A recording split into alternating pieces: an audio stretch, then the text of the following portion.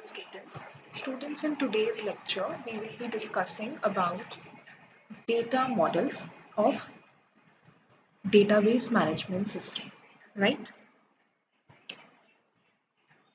देखो, आपने बहुत बारी नोटिस किया होगा कि जब भी घर एक बनाना होता है किसी पर्सन ने, तो सबसे पहले काम क्या होता है कि वो पर्सन आर्किटेक्ट के पास जाता है और आर्किटेक्ट को कहता है कि आप एक मॉडल मुझे डिज़ाइन करके दे दीजिए कि मेरा घर मुझे किस तरीके का दिखाई देगा, ठीक है। तो आर्किटेक्ट क्या करता है, घर बनाने से पहले वो एक मॉडल डिज़ाइन करता है, ठीक है।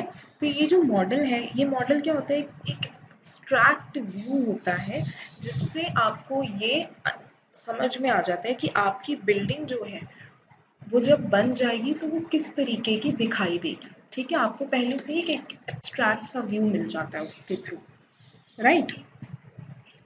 तो मॉडल क्या करता है, मॉडल का मेन फंक्शन क्या है कि वो आपको ये अंडरस्टैंड करवाने में हेल्प करता है कि रियल वर्ल्ड में क्या क्या कॉम्प्लेक्सिटीज हो सकती हैं। जब आप एक घर का मॉडल बनाते हो, उसको बिल्ड करने से पहले आपको पता चल जाएगा कि ये किस तरीके का दिखाई देगा, ठीक है।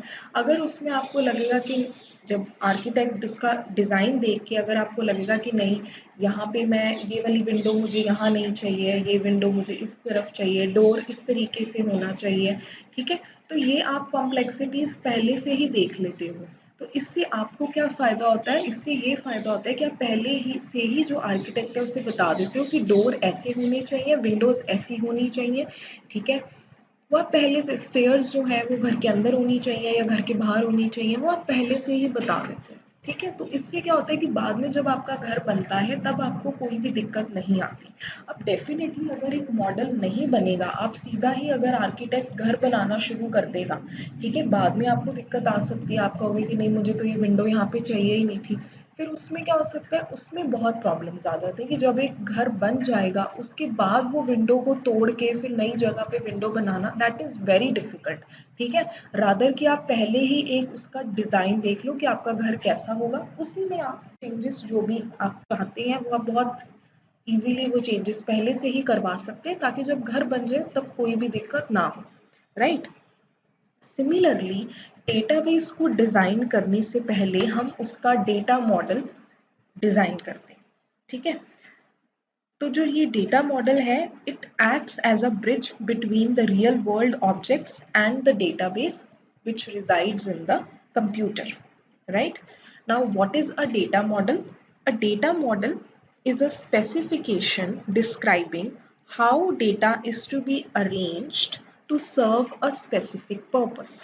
ठीक है, कि मतलब एक स्पेसिफिकेशन है, आपको एक मॉडल आपके सामने आ गया है जो आपको ये डिस्क्राइब करता है कि आपका डेटा किस तरीके से अरेंज किया जाएगा एक पर्पस को सॉल्व करने के लिए, ठीक है।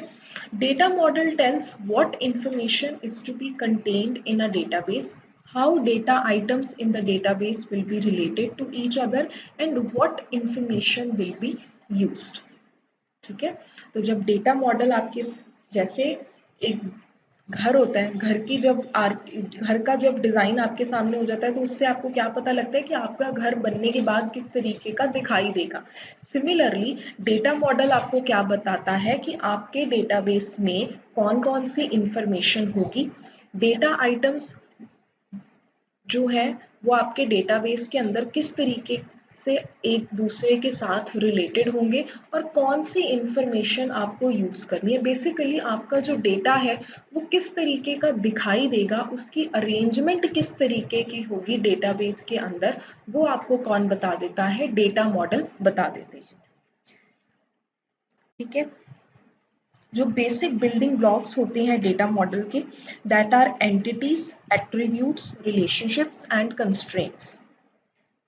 अब मेन पर्पस क्या है डेटा मॉडलिंग का, that is to help in understanding the meaning of the data and to facilitate communication about the information requirements, right. जो डेटा मॉडल है, it supports communication between the users and the database designers, ठीक है। तो इससे क्या होता है, क्योंकि ये कम्युनिकेशन सपोर्ट कर रहा है यूजर्स और डेटाबेस डिजाइनर के बीच में, तो इससे क्या होगा, it helps in better understanding of the organization's data, right? अब नेक्स्ट चीज हमारे पास में आती है, why data modelling is important. क्यों ये इम्पोर्टेंट है? देखो, डेटा मॉडलिंग के थ्रू आपको ऑर्गेनाइजेशन की जो अंडरस्टैंडिंग है वो बहुत इजीली हो जाती है। ठीक है, कि इस ऑर्गेनाइजेशन में कौन कौन से डिपार्टमेंट्स हैं, डिपार्टमेंट के अंदर कौन कौन से एम्प्लॉयज़ हैं, सारा कुछ मतलब आपको पहले वो डेटाबेस को देख के पता चल जाता है। जो डेटा मॉडल होता है कि मतलब आपका डेटाबेस किस तरीके का दिखाई देगा, उस मॉडल से आपको वो सारा कुछ बहुत ईजीली समझ में आ जाता है। ठीक है, जो डेटाबेस डिज़ाइनर्स होते हैं वो डेटा मॉडल्स को यूज़ करते हैं कम्युनिकेट करने के लिए with the application programmers and and users. ठीक है, उनके बीच में कम्युनिकेशन सेटअप करने के लिए जो डेटाबेस डिज़ाइनर्स हैं वो क्या यूज़ करते हैं, डेटा मॉडल्स यूज़ करते हैं। ठीक है, ऐसा क्यों होता है? क्योंकि जो डेटा मॉडल है वो क्या यूज़ करता है, जो नेचुरल लैंग्वेजेस जिसको आप रिव्यू कर सकते हो, you can verify it accordingly. मतलब डेटा मॉडल देख के अगर आपको कुछ लगेगा कि नहीं इस तरीके से अरेंजमेंट नहीं होनी चाहिए, इस तरीके से होनी चाहिए, कोई भी चेंजेस अगर आपको करने हैं, आप वो डेटाबेस के डिज़ाइन होने से पहले ही कर सकते हैं।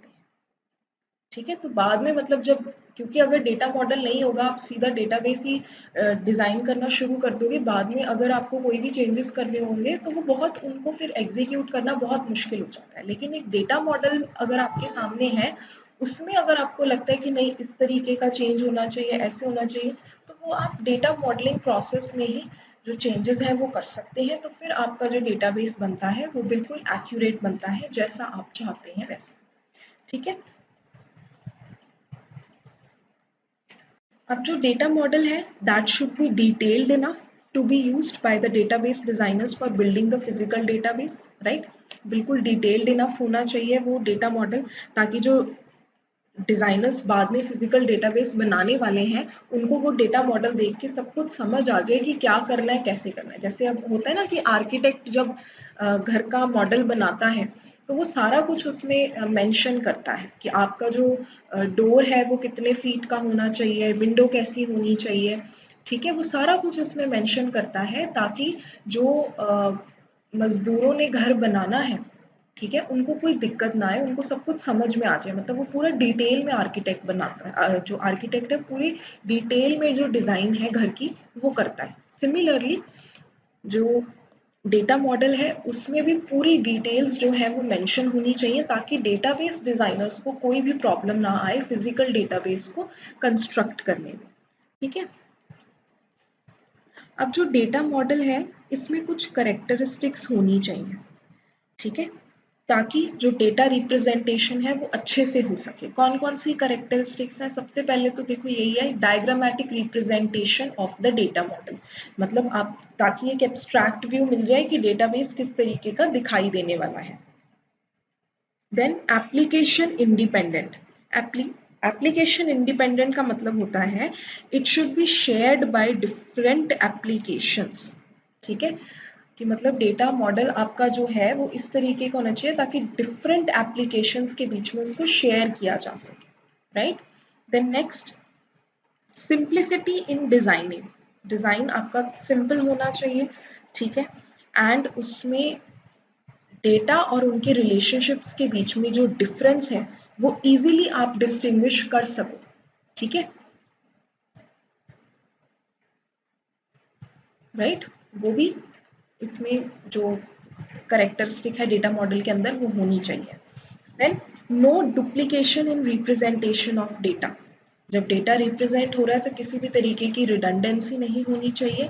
बॉटम अप अप्रोच जो है दैट शुड बी फॉलोड।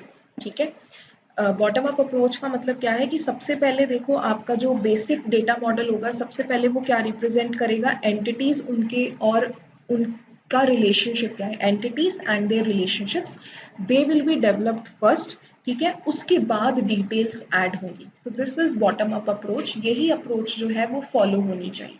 ठीक है, मतलब सबसे पहले क्या होगा, entities and there relationships they will be developed and after that the details will be added, right? Now next we have the types of data models. हम जो डिस्कस करते हैं, मतलब जो डीबीएमएस के अंदर जो डेटा मॉडल्स यूज होते हैं वो होते हैं रिकॉर्ड बेस्ड डेटा मॉडल्स। ठीक है, record based data model further 3 types के होते हैं। वो टाइप्स कौन कौन सी हैं? Hierarchical model, network model and relational model. तो हम ये तीनों मॉडल्स को वन बाय वन डिस्कस करेंगे। आज के लेक्चर में हम डिस्कस करेंगे हायरार्किकल मॉडल के बारे में। हायरार्किकल मॉडल एक सबसे पुराना डेटाबेस मॉडल है। ठीक है, ये पॉपुलर हुआ था आईबीएम का इंफॉर्मेशन मैनेजमेंट सिस्टम जब लॉन्च हुआ था, तब इसकी पॉपुलैरिटी बहुत ज़्यादा हो गई थी हायरार्किकल मॉडल की। ठीक है, और जो आईबीएम इंफॉर्मेशन मैनेजमेंट सिस्टम है, this is the only viable commercial hierarchical database still in use today, right. आज भी हम हायरार्किकल मॉडल्स यूज़ करते हैं और उसमें सिर्फ जो आईबीएम का इंफॉर्मेशन मैनेजमेंट सिस्टम है वही एक हायरार्किकल मॉडल है जो आज की डेट में भी यूज़ किया जाता है। लेकिन अब बहुत सारे जो डेटाबेस मॉडल्स आ रहे हैं आज की डेट में, they are relational models, right. तो हायरार्किकल मॉडल और नेटवर्क मॉडल यूज़ होते हैं, बट बहुत रेयर चांसेस होते हैं इनके यूज़ होने का।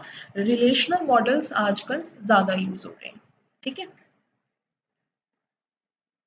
जो हायरार्किकल मॉडल है, इसमें जितने भी रिकॉर्ड्स होते हैं उनको एक ट्री लाइक स्ट्रक्चर में ऑर्गेनाइज किया जाता है। ठीक है, मतलब hierarchy of parent and child record relationship, इस तरीके से जो रिकॉर्ड्स हैं उनकी ऑर्गेनाइजेशन होती है हायरार्किकल मॉडल के अंदर। इस मॉडल में दो कॉन्सेप्ट्स यूज होते हैं, record and parent child relationship. ठीक है, रिकॉर्ड क्या होता है? It is a collection of field values which provides information of an entity. ठीक है,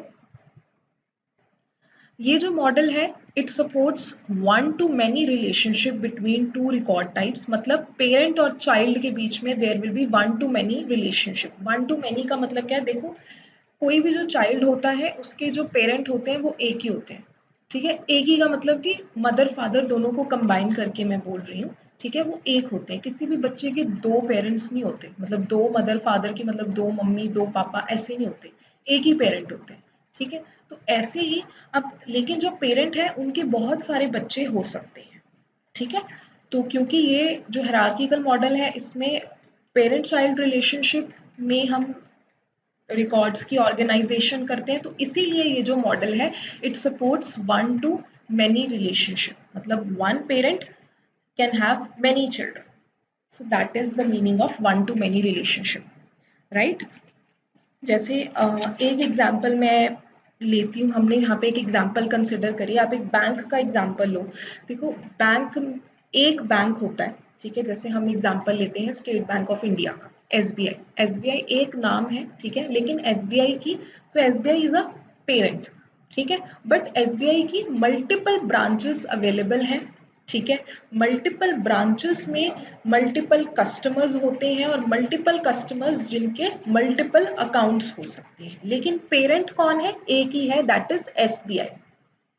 ठीक है, बाकी सारे उसके चाइल्ड रिकॉर्ड्स हैं, जो multiple branches, multiple customers, multiple accounts, वो उसके क्या है? Child record.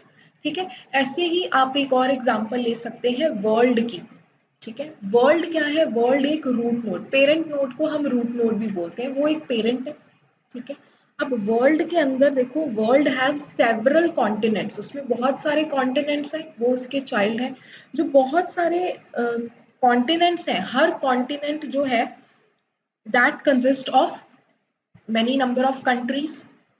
ठीक है, हर कंट्री के अंदर बहुत सारी स्टेट्स आती हैं, और जो स्टेट्स हैं that contains number of districts. ठीक है, लेकिन पेरेंट नोड कौन है? वो एक ही है, कौन? वर्ल्ड। बाकी सारे उसके चाइल्ड रिकॉर्ड्स हैं।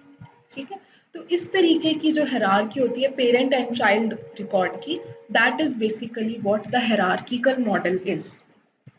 फाइन, अब हम एक एग्जाम्पल ले रहे हैं। इसमें हमने एक डेटाबेस कंसिडर किया है, and that database consist of 3 record types: books, shopkeeper and books order. ठीक है, ये एक डेटाबेस है। ठीक है, हायरार्किकल मॉडल की जब आपने रिप्रेजेंटेशन करनी है, वो अब नेक्स्ट स्लाइड में मैं आपको बताऊंगी। पहले आप इस रिकॉर्ड टाइप को समझ लो। ये एक डेटाबेस है, उसके 3 रिकॉर्ड टाइप्स हैं, बुक्स, शॉपकीपर, ये आपके ये this is books, shopkeeper and books order. ठीक है। जो बुक्स रिकॉर्ड टाइप है, it contains book ID, book title, author, publisher and price fields. जो शॉपकीपर रिकॉर्ड टाइप है, it contains the record of a shopkeeper. ठीक है, record of shopkeeper में क्या है, shop ID, shopkeepers name, phone number and city. और जो हमारा बुक्स ऑर्डर रिकॉर्ड टाइप है, it contains book ID, shop ID and the quantity ordered by each shopkeeper। ठीक है।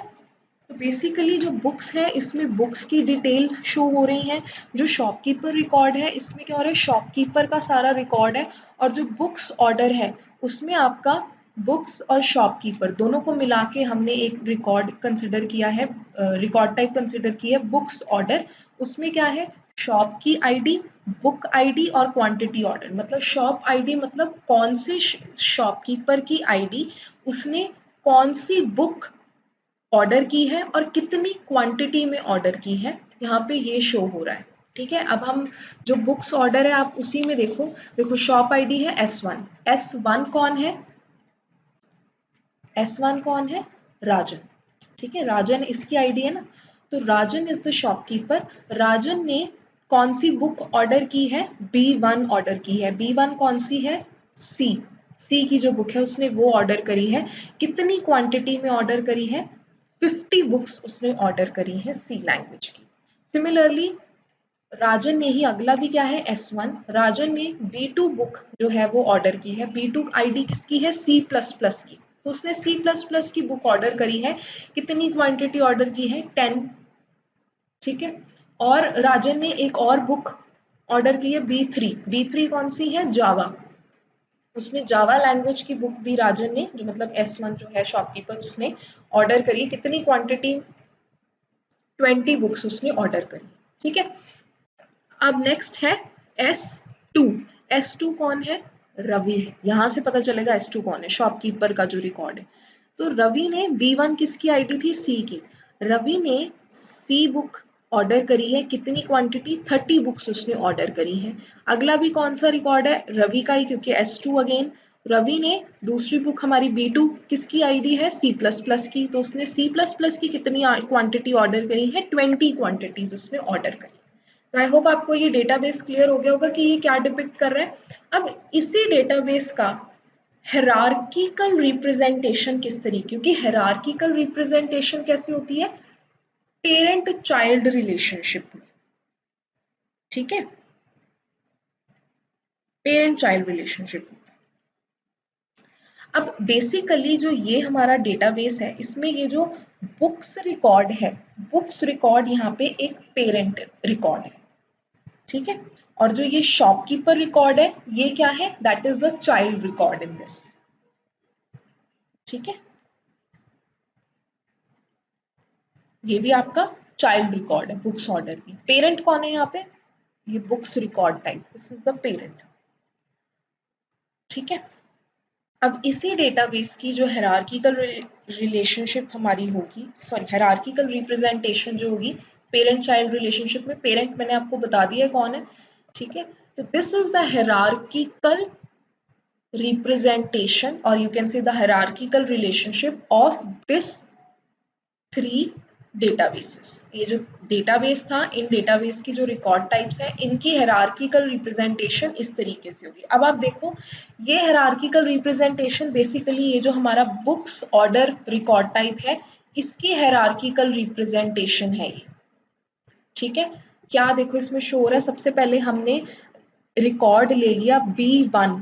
अब ये रिकॉर्ड हमें, ये पेरेंट है, पेरेंट अभी मैंने आपको कहा ना कि जो बुक्स है, books record type that is the parent, तो ये यहाँ पे एज पेरेंट एक्ट कर रहा है।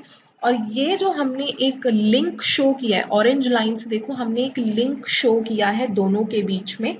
ठीक है, ये क्या है, ये डिपिक्ट कर रहा है पेरेंट चाइल्ड तो रिलेशनशिप। मतलब ये जो बुक्स ऑर्डर जो बुक्स रिकॉर्ड है, this is the books record, this is parent, और ये जो लिंक शो हो रहा है किसकी, दिस इज द चाइल्ड, ये चाइल्ड रिकॉर्ड है। वो किसका है, शॉपकीपर रिकॉर्ड जो था, मैंने अभी आपको बता दिया। ठीक है, तो अब इसमें क्या शो हो रहा है, देखो इसमें यही शो हो रहा है कि जो शॉपकीपर्स हैं S1 एंड S2, उन्होंने कौन सी बुक ऑर्डर करी है, उन्होंने ऑर्डर करी है B1। ठीक है, तो ये यहाँ पे ये शो कर रहा है, देखो आप देख सकते हो B1 किस किस ने ऑर्डर करी है, एक S1 ने ऑर्डर करी है और B1 S2 ने ऑर्डर करी है, तो ये रिप्रेजेंट कर रहा है B1 के लिए। और दूसरी हमने कौन सी, B2 किसने ऑर्डर करी है, एक तो S1 ने ऑर्डर करी है और S2 ने ऑर्डर करी है, तो देखो B2 C++ की बुक थी, S1 ने ऑर्डर करी है और S2 ने ऑर्डर करी है। और एक बुक है B3 किसने ऑर्डर करी है, S1 ने ऑर्डर करी है, सो B3 वो जावा की बुक थी, वो किसने ऑर्डर करी है, शॉपकीपर 1 ने। तो ये आपकी हायरार्किकल रिप्रेजेंटेशन है। ठीक है, इसमें पेरेंट कौन है, बुक्स रिकॉर्ड पेरेंट है, और जो शॉपकीपर रिकॉर्ड है वो चाइल्ड रिकॉर्ड है, देख सकते हो दिस इज पेरेंट बी, ये पूरी देखो आप देख सकते हो B1C रॉबर्ट XYZ 175, ये कहाँ पर है, ये आपका बुक्स रिकॉर्ड के अंदर है, तो ये पेरेंट है। और जो ये वाली डिटेल, जो ये रिलेशन दोनों के बीच में लिंक शो हो रहा है, वो आपका शॉपकीपर रिकॉर्ड है। देखो S1 उसका नाम क्या है, फोन नंबर, सिटी, देख सकते हो आप, शॉप आईडी, शॉपकीपर का नेम, फोन नंबर, सिटी, ये वाला रिकॉर्ड। ठीक है, तो ये होती है हायरार्किकल रिप्रेजेंटेशन। ठीक है, किसकी हमने हायरार्किकल रिप्रेजेंटेशन शो करी है यहाँ पे, बुक्स रिकॉर्ड और शॉपकीपर रिकॉर्ड की हायरार्किकल रिप्रेजेंटेशन हमने शो करी है। बुक्स रिकॉर्ड पेरेंट रिकॉर्ड है और जो शॉपकीपर रिकॉर्ड है वो चाइल्ड रिकॉर्ड है। ठीक है, कैसे हायरार्किकल रिप्रेजेंटेशन आई कि कौन से शॉपकीपर ने कितनी क्वांटिटी ऑर्डर करी है एक पर्टिकुलर बुक की, उससे हमने दोनों के बीच में एक जो रिलेशनशिप है, एक लिंक जो है वो शो कर दिया है। तो ये जो हायरार्किकल रिप्रेजेंटेशन है, इससे हमें क्लियर है कि जो बुक B1 है that is ordered bye S1 and S2 shopkeeper, book B2 is ordered by S1 and S2 shopkeeper, and book B3 that is ordered by S1 shopkeeper। ठीक है, किसी ने भी यहाँ पे जो बुक B4 थी वो किसी ने भी ऑर्डर नहीं करी है। देखो हमने एक बुक B4 भी लिखी थी जो DBMS की बुक थी, वो किसी भी शॉपकीपर ने ऑर्डर नहीं करी, वो हमें इस हायरार्किकल रिप्रेजेंटेशन से क्लियर हो रहा है। ठीक है, अब जो हायरार्किकल मॉडल्स हैं इनमें आप कौन कौन से ऑपरेशंस परफॉर्म कर सकते हैं, बेसिकली देखो ये DBMS के ही डेटा मॉडल्स हैं। तो जो बेसिक 4 ऑपरेशंस होते हैं DBMS के अंदर, इंसर्शन, डिलीशन, अपडेशन, रिट्रीवल, वो चारों के चारों ऑपरेशंस आप हायरार्किकल मॉडल में परफॉर्म कर सकते हैं। सबसे पहला आपका इंसर्शन ऑपरेशन का क्या मतलब होता है, जब आप कोई एक नया रिकॉर्ड इंसर्ट करते हैं डेटाबेस के अंदर। ठीक है, तो अगर तो जो अब देखो हायरार्किकल मॉडल में अगर आपने कोई नया रिकॉर्ड इंसर्ट करना है, अगर वो रूट रिकॉर्ड है, मतलब अगर वो पेरेंट रिकॉर्ड है, तो वो इंसर्शन आप बहुत इजीली परफॉर्म कर सकते हैं। ठीक है, लेकिन अगर आपको कोई चाइल्ड रिकॉर्ड एंटर करना है उस सिचुएशन में सबसे पहले आप क्या इंसर्ट करोगे, पेरेंट रिकॉर्ड आपको पहले इंसर्ट करना पड़ेगा, तभी आप चाइल्ड रिकॉर्ड इंसर्ट कर सकते हैं। ठीक है, तो ये एक तरीके की इंसर्शन अनोमली आप कह सकते हैं, मतलब एक प्रॉब्लम कह सकते हैं आप हायरार्किकल मॉडल के अंदर, कि इसमें क्या होता है, बिना पेरेंट रिकॉर्ड के आप चाइल्ड रिकॉर्ड को इंसर्ट नहीं करवा सकते। ठीक है, मतलब सपोज आपने अगर एक नया बुक रिकॉर्ड है, जैसे यहाँ पे B4 तक था, ठीक है, अब इसमें आपने एक न्यू रिकॉर्ड इंसर्ट करना है B5। ठीक है, तो वो आप बहुत इजीली कर सकते हैं, क्योंकि जो बुक्स रिकॉर्ड है वो तो आपका पेरेंट रिकॉर्ड है, तो पेरेंट रिकॉर्ड अकेला आप बहुत इजीली एंटर करवा सकते हैं। ठीक है, वो इंसर्ट हो जाएगा इजीली। लेकिन सपोज अब यहाँ पे जो ये शॉपकीपर रिकॉर्ड है वो क्या है, यहाँ पे चाइल्ड रिकॉर्ड है। अब इसमें सपोज आपको एक नया रिकॉर्ड इंसर्ट करवाना है S4, वो आप इसमें इंसर्ट नहीं करवा पाएंगे। ठीक है, क्यों? क्योंकि जो चाइल्ड नोड है that can not be inserted without a parent record. ठीक है, पेरेंट रिकॉर्ड के बिना आप चाइल्ड रिकॉर्ड जो है वो इंसर्ट नहीं कर सकते यहाँ पे, तो ये प्रॉब्लम यहाँ पे आ सकती है। ठीक है, मतलब बेसिकली ये प्रॉब्लम कहाँ आएगी? देखो, अब जो बुक्स रिकॉर्ड आपने यहाँ पे इंसर्ट करवाए हैं, बुक ऑर्डर के अंदर देखो आप वही बुक आईडी एंटर करवा रहे हो जो प्रेजेंट है। ठीक है, B1 B2 B3 वही आप एंटर करवा रहे हो, वो तो पेरेंट है तो वो तो यहाँ पे इंसर्ट हो जाएगा। लेकिन शॉप आईडी अगर अब आपने इंसर्ट करवानी है यहाँ पे, अब सपोज आप यहाँ पे S4 एंटर करवाना चाहते हो, ये बुक्स ऑर्डर के अंदर बोल रही हूँ मैं। ठीक है, बुक्स ऑर्डर के अंदर आप S4 का रिकॉर्ड इंसर्ट करवाना चाहते हो। अब S4 तो शॉप चाइल्ड रिकॉर्ड है। अब S4 एक ऐसा पर्सन जिसने कोई भी बुक ऑर्डर ही नहीं करी है।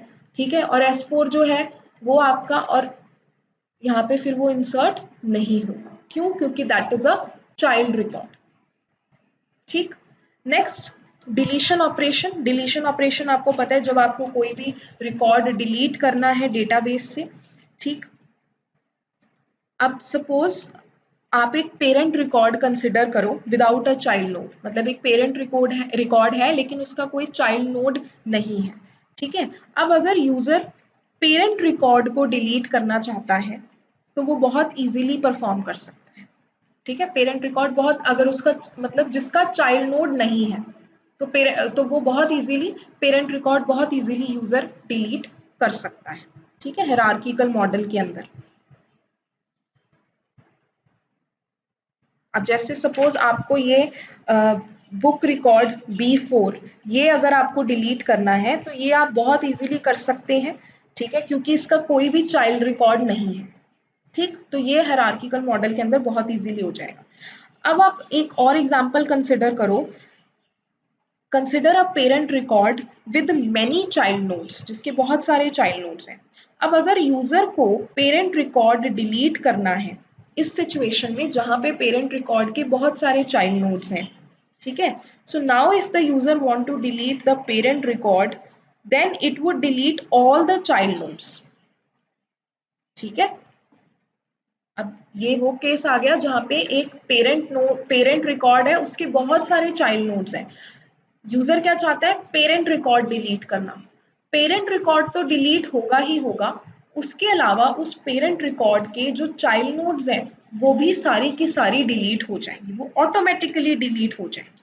ठीक है, क्योंकि जब आप रिकॉर्ड करोगे इस, तो ऑटोमेटिकली जितनी भी उस पे डिपेंडेंट है नोड्स वो भी डिलीट हो जाएंगे।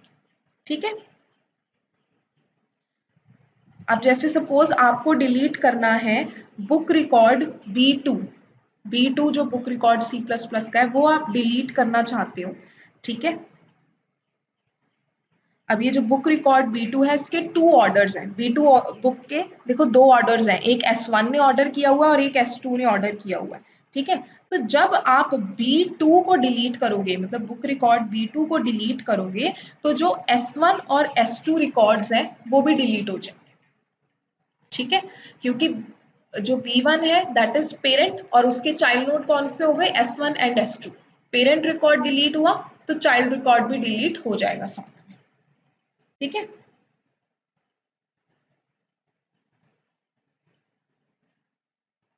अब ये तो हो गया। अब जैसे मैंने आपको बताया कि हायरार्किकल मॉडल के अंदर इंसर्शन अनोमली है। इंसर्शन अनोमली क्या थी कि आप एक चाइल्ड रिकॉर्ड अगर इंसर्ट करना चाहते हैं वो बिना पेरेंट के इंसर्ट नहीं होगा, मतलब पहले आपको पेरेंट रिकॉर्ड इंसर्ट करना ही करना होगा। ठीक है, तो इंसर्शन अनोमली हायरार्किकल मॉडल में है, वैसे ही डिलीशन अनोमली भी है हायरार्किकल मॉडल के अंदर। अब डिलीशन अनोमली कैसे है? देखो, एक जो S3 शॉपकीपर है उसने भी कोई ऑर्डर किया है, सपोज उसने बुक B2 के लिए ऑर्डर किया हुआ है। ठीक है, ये अब सपोज करना है, यहाँ पे वैसे मैंने इंसर्ट नहीं करवाया, आप सपोज करो कि S3 shopkeeper has ordered the book B2। ठीक है, तो जब आप अब ये वाला रिकॉर्ड डिलीट करोगे S3 का,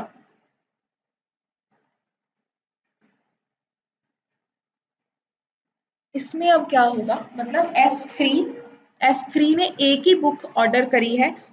कौन सी बुक ऑर्डर करी है? B2। आप डिलीट क्या करना चाहते हो? आपने B2 डिलीट करना है। अब अगर आप B2 डिलीट करोगे तो S3 जो है उसका रिकॉर्ड भी डिलीट हो जाएगा, ठीक है। और S3 जो है एक ही बार है, एक ही अकरेंस है, और एक ही अकरेंस में S3 डिलीट हो गया, मतलब loss of information is there. तो ये डिलीशन अनोमली है जो आपके हायरार्किकल मॉडल में आती है, ठीक है। दोबारा से बताती हूँ मैं, दोबारा समझो कि S3 शॉपकीपर है। S3 शॉपकीपर ने बुक B2 जो है वो ऑर्डर करी है, ठीक है। ये हमारा सपोज कर लो कि बुक्स ऑर्डर के अंदर ये एंट्री हुई है, shop ID S3, book ID B2, quantity suppose 10, ठीक है। आपने B2 रिकॉर्ड जो है वो डिलीट करना है, B2 रिकॉर्ड डिलीट करना है। अब B2 रिकॉर्ड डिलीट हुआ तो B2 is the parent, parent record delete होगा तो उसका चाइल्ड रिकॉर्ड भी डिलीट होगा, ठीक है। अब B2 मतलब S3 जो है वो चाइल्ड रिकॉर्ड है, वो भी डिलीट होगा। B2 के साथ साथ S3 भी डिलीट हो गया। S3 की एंट्री एक ही बार थी तो उससे क्या हुआ, लॉस ऑफ इंफॉर्मेशन हो गया, ठीक है। तो ये डिलीशन नॉर्मली है जो आपकी हायरार्किकल मॉडल में प्रेजेंट होती है, ठीक। नेक्स्ट ऑपरेशन जो आप हायरार्किकल मॉडल में कर सकते हो, अपडेशन, मतलब कोई भी रिकॉर्ड, आपने एग्जिस्टिंग रिकॉर्ड को अगर अपडेट करना है, ठीक है। अब आप ये जो पेरेंट रिकॉर्ड है इसमें कंसिडर करो कि जो बुक B1 है उसका प्राइस 175 से आपने 200 करना है। तो ये आप बहुत इजीली परफॉर्म कर सकते हो क्योंकि बुक B1 की सिंगल अकरेंस है, ठीक है। It can be performed very easily, right. Now suppose you want to modify the phone number of a child S1, S1 child that is Rajan, उसका आपको फोन नंबर मॉडिफाई करना है, ठीक है। जैसे 221023 है, 2210, ये फोन नंबर की मैं बात करूँ, फोन नंबर अब आपको चेंज करके करना है 521023। अब ये जो S1 है, S1 की मल्टीपल अकरेंसेज है, ठीक है। There are multiple occurrences of this, मतलब मल्टीपल अकरेंसेज कहाँ पे है, ये जो बुक्स ऑर्डर है यहाँ पे देखो, एक बार उसने B1 खरीदी, एक बार उसने B2 खरीदी, फिर उसने B3 खरीदी, क्या है ये, these are the multiple occurrences of S1। तो अब आपको मतलब क्या करना पड़ेगा, आपने उसका फोन नंबर मॉडिफाई करना है, ठीक है। तो मतलब आपको मल्टीपल अकरेंसेस पे उसका फोन नंबर मॉडिफाई करना पड़ेगा, ठीक है। अगर अब आप मल्टीपल अकरेंसेस पे उसका फोन नंबर नहीं मॉडिफाई करोगे तो डेटाबेस के अंदर इनकंसिस्टेंसी आ जाएगी, ठीक है। तो this is the updation anomaly in hierarchical model, कि अगर मल्टीपल अकरेंसेस इसमें क्योंकि चाइल्ड रिकॉर्ड जो है, चाइल्ड रिकॉर्ड की मल्टीपल अकरेंसेस है, ठीक है। क्योंकि पेरेंट तो एक ही है, पेरेंट में कोई प्रॉब्लम नहीं आती, पेरेंट के की आप कोई पेरेंट रिकॉर्ड की अपडेशन करना चाहते हो तो देयर इज नो प्रॉब्लम क्योंकि पेरेंट इज ओनली वन। लेकिन चाइल्ड रिकॉर्ड जो है वो मल्टीपल चाइल्ड रिकॉर्ड्स आपके अवेलेबल हैं हायरार्किकल मॉडल में। तो जब आपको किसी चाइल्ड रिकॉर्ड की अपडेशन करनी है तो उस टाइम पे क्या होगा, मल्टीपल अकरेंसेस पे आपको वो करनी पड़ेगी उसकी अपडेशन, जहां जहां पे भी उसका रिकॉर्ड है वहां वहां आपको वो अपडेट करना पड़ेगा, ठीक है। एक भी जगह आपसे मिस हो गई तो वहां पे क्या होगा, इनकंसिस्टेंसी जो है वो डेटाबेस के अंदर आ जाएगी। तो ये अपडेशन अनोमली है हायरार्किकल मॉडल के अंदर, ठीक है। इसके अलावा फोर्थ ऑपरेशन जो आप हायरार्किकल मॉडल में परफॉर्म कर सकते हैं वो है रिट्रीवल ऑपरेशन। रिट्रीवल आपको पता है, जब आपको कोई भी रिकॉर्ड फेच करना है, जब सर्च करना है डेटाबेस के अंदर, उसको हम बोलते हैं रिट्रीवल। तो 4 तरीके के ऑपरेशंस आप हायरार्किकल मॉडल में परफॉर्म कर सकते हैं, insertion, updation, deletion and retrieval. जो इंसर्शन, अपडेशन और डिलीशन है उनकी कुछ अनोमलीज हैं। कौन कौन सी अनोमली, पहली क्या अनोमली है, इंसर्शन अनोमली क्या है कि आप चाइल्ड रिकॉर्ड बिना पेरेंट रिकॉर्ड के इंसर्ट नहीं करवा सकते, ठीक है। डिलीशन अनोमली क्या है कि अगर एक सिंगल अकरेंस है, चाइल्ड रिकॉर्ड अगर आप डिलीट कर रहे हो और उस चाइल्ड रिकॉर्ड की सिंगल अकरेंस इज देयर, ठीक है, सिंगल अकरेंस है चाइल्ड रिकॉर्ड की, आप वहां पे पेरेंट रिकॉर्ड डिलीट करना चाहते हो तो वो जो चाइल्ड रिकॉर्ड है वो भी उसके साथ ही डिलीट हो जाता है, ठीक है। यही होता है ना कि अगर आपने कोई पेरेंट रिकॉर्ड डिलीट करना है तो ऑटोमेटिकली उसका जो चाइल्ड रिकॉर्ड होगा वो भी डिलीट हो जाएगा, ठीक है। लेकिन अगर ऐसी सिचुएशन आ गई कि चाइल्ड रिकॉर्ड की एक ही अकरेंस है, तो उस सिचुएशन में अगर आप पेरेंट रिकॉर्ड डिलीट करते हो तो चाइल्ड रिकॉर्ड अपने आप डिलीट हो गया, चाइल्ड रिकॉर्ड की अकरेंस एक ही बार थी, तो लॉस ऑफ इंफॉर्मेशन हो जाता है। ठीक है। अपडेशन अनोमली यहाँ पे क्या आ जाती है? अपडेशन अनोमली ये है कि मल्टीपल चाइल्ड रिकॉर्ड्स प्रेजेंट है, तो अगर कोई भी अपडेशन करनी है तो एक भी जगह अगर मिस हो गई तो इनकंसिस्टेंसी जो है वो डेटाबेस के अंदर आ जाती है। ठीक है। Next is advantages of hierarchical model. सबसे पहला है सिंप्लिसिटी। इस मॉडल में देखो जो रिकॉर्ड्स हैं वो आपस में पेरेंट चाइल्ड रिलेशनशिप के अकॉर्डिंगली रिलेटेड है, तो बहुत सारे जो ऑपरेशंस हैं इंसर्शन डिलीशन आपने जब परफॉर्म करने होते हैं ट्री लाइक स्ट्रक्चर के अंदर, वो थोड़े इजी हैं इसमें। ठीक है, तो इसलिए इसका design is very simple. Then next is integrity of data. Integrity इसमें है क्योंकि पेरेंट चाइल्ड रिलेशनशिप में आप रिकॉर्ड्स की ऑर्गेनाइजेशन कर रहे हो, है मतलब हायरार्किकल मैनर में ऑर्गेनाइजेशन हो रही है रिकॉर्ड्स की। ठीक है। हर एक जो चाइल्ड सेगमेंट है it can be linked to only one parent. ठीक है। चाइल्ड जितने भी चाइल्ड रिकॉर्ड है, चाइल्ड रिकॉर्ड का एक ही पेरेंट हो सकता है, हर चाइल्ड रिकॉर्ड एक ही पेरेंट के साथ लिंक्ड है। ठीक है। और चाइल्ड को जब भी आपने whenever you want to reach a child record you can reach only through the parent। तो इससे क्या होता है? it promotes data integrity। then the security, data security इसलिए है क्योंकि हर एक चाइल्ड को जब भी आप रीच करना चाहते हैं you can reach only through the parent record. ठीक है। सो अगर आपको कोई चाइल्ड सेगमेंट को डिलीट करना है तो आपको प्रॉपर इंफॉर्मेशन पेरेंट सेगमेंट की भी होनी चाहिए, so this promotes the security of data. Then efficiency. Hierarchical model में one to many relationship is present between the parent and the child. ठीक है, तो इसमें डेटा को हैंडल करने की efficiency is very higher. Then transaction handling. Large number of transactions की जो हैंडलिंग है वो हायरार्किकल मॉडल को यूज करके बहुत इजीली हैंडल की जा सकती है। ठीक है, तो ये भी इसकी एडवांटेज है। अब अगर कुछ एडवांटेज है तो कुछ डिसएडवांटेज भी होगी। सबसे पहली डिसएडवांटेज है कॉम्प्लेक्सिटी। देखो हायरार्किकल मॉडल में फिजिकल लिंक्स जो हैं वो यूज होते हैं, फिजिकल लिंक्स यूज होते हैं ना पेरेंट और चाइल्ड के बीच में। तो जब फिजिकल लिंक्स यूज होते हैं तो उस सिचुएशन में क्या होता है, डेटाबेस के अंदर मॉडिफिकेशन करना या एक्सपेंशन करना वो थोड़ा सा मुश्किल हो जाता है, थोड़ा सा कॉम्प्लेक्स हो जाता है। ठीक है, क्यों? क्योंकि लिंक्स प्रेजेंट है तो आपको रीराइटिंग एफर्ट्स आपके बहुत ज्यादा इसके अंदर आ जाते हैं, इसलिए ये कॉम्प्लेक्स है। Then lack of querying facilities. Lack of querying facilities की इसमें बहुत ज्यादा कमी है। ठीक है। और किसी भी इंफॉर्मेशन को एक्सेस करने के लिए आपको पॉइंटर्स को नेविगेट करना पड़ता है, तो क्वेरी करना इसमें थोड़ा सा कॉम्प्लेक्स हो जाता है, इजी तो बिल्कुल भी नहीं होता। ठीक है। The next is inflexibility. Hierarchical database lakhs flexibility because any change in the record time often result in a very complex system management tasks, right? Then next is knowledge of physical level of data storage is required। ठीक है। देखो क्योंकि इसमें one to many relationship support करता है hierarchical model, तो इसकी वजह से क्या होता है, रिडंडेंसी ऑफ डेटा हो जाती है। ठीक है। तो रिडंडेंसी प्रॉब्लम से, जो रिडंडेंसी प्रॉब्लम है उसको ओवरकम करने के लिए डेटा को एक ही जगह पे स्टोर करना पड़ता है। ठीक है। और एक ही जगह डेटा स्टोर होगा और उनकी जो रेफरेंसिंग है वो कैसे हो रही है, फिजिकल लिंक से। पेरेंट और चाइल्ड के बीच में जो रेफरेंसिंग है वो फिजिकल पॉइंटर्स, फिजिकल लिंक्स के थ्रू हो रही है। तो ये सारी चीजें क्या रिक्वायर करती है, टेक्निकल स्किल्स रिक्वायर करती है, तो ये एक डिसएडवांटेज है। Then problems with data manipulation operations. Data manipulation operations मतलब DML operations, insertion deletion updation retrieval. वो तो मैंने आपको बता दी कि इसमें इंसर्शन अनोमली है, डिलीशन अनोमली है, अपडेशन अनोमली इसके अंदर प्रेजेंट है हायरार्किकल मॉडल के अंदर। तो इसीलिए ये जो पॉइंट है कि there are problems with data manipulation operations in hierarchical model. So that's all for hierarchical model.